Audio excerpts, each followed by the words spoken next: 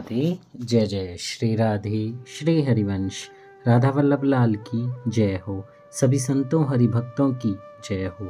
पूज्य गुरुदेव महाराज की जय हो। युगल जोड़ी सरकार की जय हो। सभी संतों हरिभक्तों की जय हो। हमारे ठाकुर जी महाराज की जय हो। वृंदावन धाम की जय हो। जय श्री राधे। बहुत बहुत स्वागत है आपका हमारे चैनल में। हम ठाकुर जी के कृपा पात्र संतों और भक्तों के चरित्रों का श्रवण कर रहे हैं। आइए इसी श्रृंखला को आगे बढ़ाते हुए आज हम संत श्री नागा निरंकारी जी की कथा का श्रवण करते हैं, जिनके लेखक हैं स्वामी जी श्री पलक निधि जी महाराज। जय जय श्री राधे।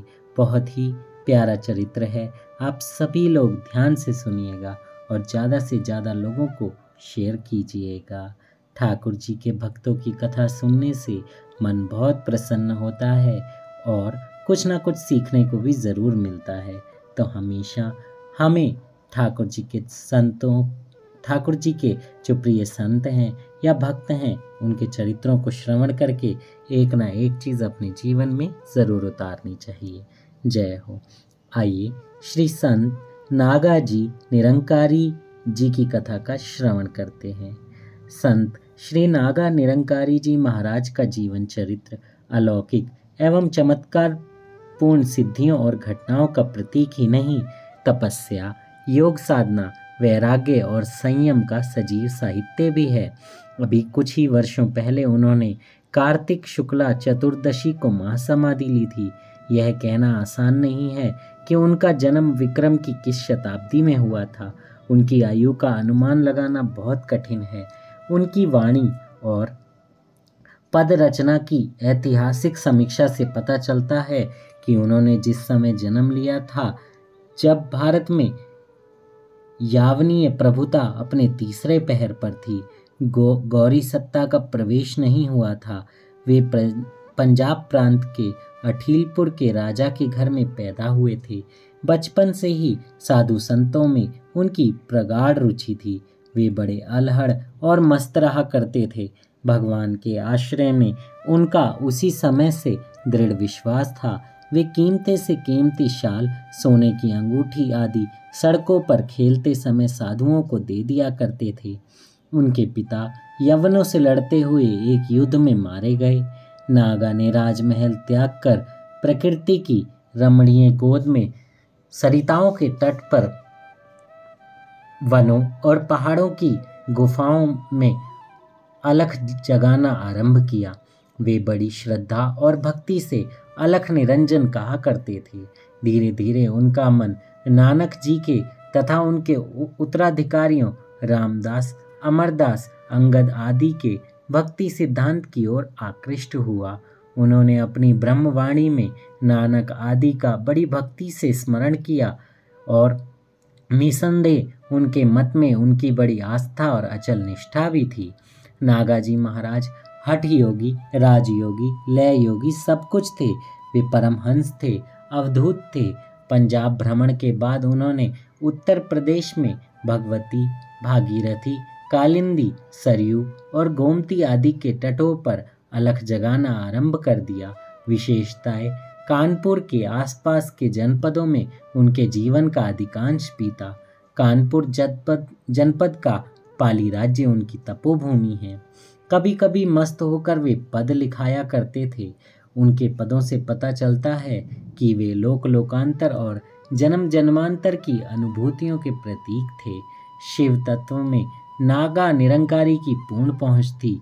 ऐसा लगता है कि वे ब्रह्म ज्ञान शून्य होकर कैलाश लोक में भ्रमण किया करते थे। सिद्धियां उनके चरणों पर नत रहती थीं। वे तिब्बत, नेपाल और चीन पैदल गए थे। जय हो। चीन में केवल एक ही दिन ठहरे थे। वे अंग्रेज के उद्यान में विश्राम कर रहे थे कि वह आया। श्रद्धा पूर्वक उसने चाय पान कराया। एक बार आप हरिद्वार में गंगा जी में कूदकर अदृश्य हो गए थे। लोगों ने समझा कि जल समाधि ले ली, पर कुछ दिनों के बाद अपनी तपोभूमि पाली में दिखाई दिए। वे पूरे अवधूत थे। छोटे छोटे लड़कों के साथ खेलते थे। लड़के उन्हें शीत, बरसात तथा धूप में जहाँ भी बैठा देखते वे तब तक बैठे रहते जब तक कोई बालक उन्हें दूसरी जगह ना ले जाता। असोथर के राजा ने पागल समझकर एक बार इन्हें कमरे में बंद करवा दिया था।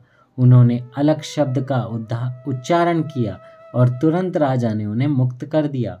उन्होंने अपने पदों में भगवान कृष्ण के प्रति पूर्ण निष्ठा दिखाई है। उनकी ब्रह्मवाणी सत्य साहित्य की अद्भुत देन है। वे सत्य खोजी थे और उन्होंने पाली में समाधि ले ली। वहाँ कार्तिक में बहुत बड़ा मेला भी लगता है। जय जय श्री राधे, श्री हरिवंश। देखिए, वैसे तो बहुत सारे लोग कहेंगे कि ये चरित्र तो हमने सुना ही नहीं है। ऐसे ही बहुत सारे सिद्ध संतों का, साधुओं का, भक्तों का चरित्र हम नहीं सुन पाते हैं। भक्तमाल ग्रंथ में ये सारे चरित्र हैं और देखिए कितना पावन और पवित्र है। ना तो उन्होंने कुछ ग्रहण किया, सिर्फ भगवान की कृपा से ही वो इधर उधर आते जाते थे। और देखिए नेपाल, चीन, तिब्बत सब जगह वो पैदल गए। आज सोचिए कोई पैदल जाने को हो तो आधे रास्ते में तो वो मर ही जाएगा, क्योंकि उतना बल नहीं है और ना ही भक्ति है ऐसी जिस पर चल सके। वो कैसे गए? भगवान की भक्ति के बल पर। भक्ति, नाम जप और गुरुदेव के द्वारा दिया गया मंत्र हमें सब कुछ करा सकता है। उसमें बहुत ताकत है, बहुत सामर्थ्य है। अगर हम उस सामर्थ्य के साथ साथ अपने मन में सच्ची निष्ठा रखें तो हमारे सारे कार्य पूर्ण हो सकते हैं, हमारे सारे बिगड़े काम बन सकते हैं, हम अच्छे मार्ग पर चल सकते हैं।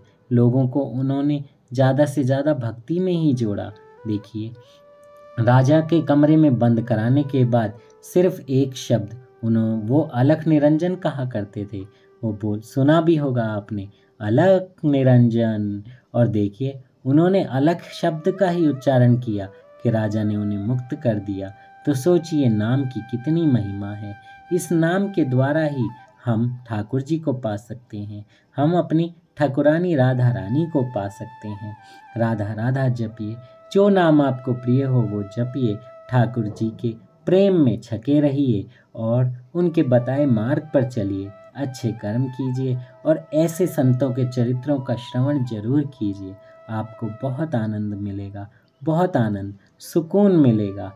एक अलग ही जिंदगी होगी आपकी, एक ऐसी जिंदगी हो जाएगी कि फिर किसी पर आप अपने आप को आश्रित नहीं पाएंगे, सिर्फ भगवान के आश्रित होंगे और भगवान के ही सहारे चलेंगे। जय जय श्री राधे, श्री हरिवंश। कथा कहने में मुझसे कोई त्रुटि हुई हो तो क्षमा कीजिएगा।